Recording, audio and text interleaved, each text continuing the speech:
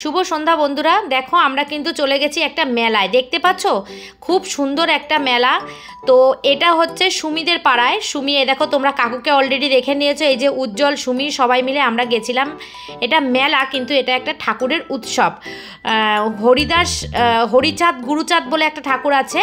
সেই ঠাকুর, ওই আমরা বলি ওটাকে সংক্ষেপে হরিবোল্লা। কারণ আমরা এখানে যখন আমার শ্বশুরবাড়িতে আমি এসছি, আমরা তো একই পাড়ায়, মানে আমার বাপের বাড়ি শ্বশুরবাড়ি একই পাড়ায়।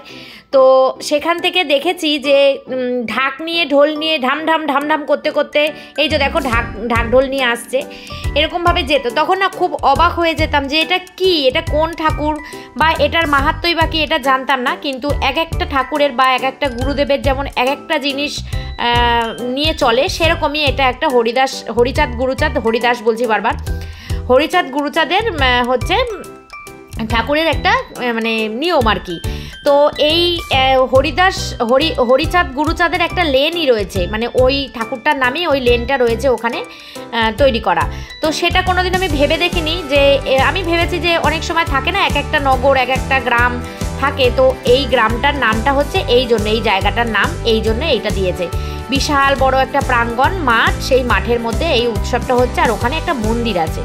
তো সেই মন্দিরে এই দেবতাটা রয়েছে, ঠাকুরটা রয়েছে। আর এদিকে দেখো পাঁপড় কিনেছি, কারণ পাঁপড় ভাজা আমাদেরকে কিনে দিয়েছে মিতালির মা। মিতালি হচ্ছে উজ্জ্বলের মামার মেয়ে, মানে সুমির ননদ, তার মা, মানে উজ্জ্বলের মামি। আমাদেরকে খুব ভালোবেসে পাঁপড় কিনে দিয়েছে। তো আমরা পাঁপড় ভাজা খাচ্ছি। এদিকে আইসক্রিমের স্টলে চলে গেছে সুমি, উজ্জ্বল, ওরা আইসক্রিম খাবে বলে, আমার ছেলে, তারপরে কাকু, সবাই মিলেই আমরা গেছি। তো এখানে একটা অদ্ভুত রকমের মানে অবাক করা একটা দৃশ্য তোমাদেরকে দেখাচ্ছি, তোমরা দেখতে থাকো। প্রত্যেকের মাথার চুলগুলো খোলা। এই দুর্দান্ত গরমের মধ্যে ভগবানের শক্তি ছাড়া এটা কিন্তু কখনোই সম্ভব না। দেখো কোনো উপোস, মানে সারা দিনের জন্য, যেমন কালী পুজোর উপোস, সারাদিন কালী পুজোর উপোস, সারাদিন সারা রাত উপোস করে থাকার পরেও কিন্তু খিদা পায় না। যারা করেছো তারাই বলতে পারবে। যেমন আমি এটার মানে প্রত্যেক বছর আগে কালী পুজোর উপোস করতাম, এখন আর হয় না করা বিভিন্ন কারণে, যাই হোক। তো একটুও কিন্তু খিদে পায় না, যে কোনো উপোসের দিন খিদে পায় না। কিন্তু তুমি সাধারণ নর্মাল দিনে দেখবে, নর্মাল দিনে খাবার টাইম যে চলে আসবে, তুমি আর থাকতে পারবে না। তো সেরকমই একটা ব্যাপার এখানে। ঠাকুর ওরা নাচ করছে এত গরমের মধ্যেও, মাথার চুলটা ছেড়ে কিভাবে কনস্ট্যান্টলি নাচছে, মানে সত্যি এটা ঠাকুরের কৃপা দৃষ্টি ছাড়া কখনো সম্ভব না। আমরা ওখানে দাঁড়িয়ে দেখছি আর অবাক হয়ে যাচ্ছি যে কি করে এটা সম্ভব। তো যাই হোক, এখানে প্রত্যেকে প্রসাদ পেয়ে যাবেন, প্রসাদ বিতরণও করছে। এখানে প্রচুর পরিমাণে লোক, এখানে মানে কত বলবো, মানে 2000-3000 লোক এখানে হয়েছে। এদিকে দেখো কাকিমাও নাচছে, মানে সুমির শাশুড়ি মা।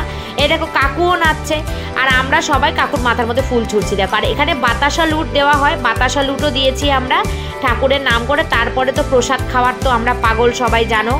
আমি বিশেষ করে, ওরে বাবা, প্রসাদ খেতে আমি খুব ভালোবাসি। তার মধ্যে প্রসাদের গন্ধটা নাকে গেছে, আমি ওখান থেকে না খেয়ে আসতেই পারবো না এরকম মনে হচ্ছে। তো উজ্জ্বলও বলছে দিদি চলো আমরা প্রসাদ খেয়ে যাই। তো পায়ে প্রচণ্ড পরিমাণে আমার ব্যথা, তোমাদের আগের ব্লগে আমি বলেছি। জানি না এটাও হয়তো ঠাকুরের কৃপা। আমি দাঁড়িয়েছিলাম প্রায় 2-2.5 ঘন্টা থেকে, তারপরে দেখো বসে পড়েছি প্রসাদ পেতে। অসাধারণ অপূর্ব স্বাদ, মটর ডাল, আলুর দম আর একটা চাটনি, ঝোলা চাটনি।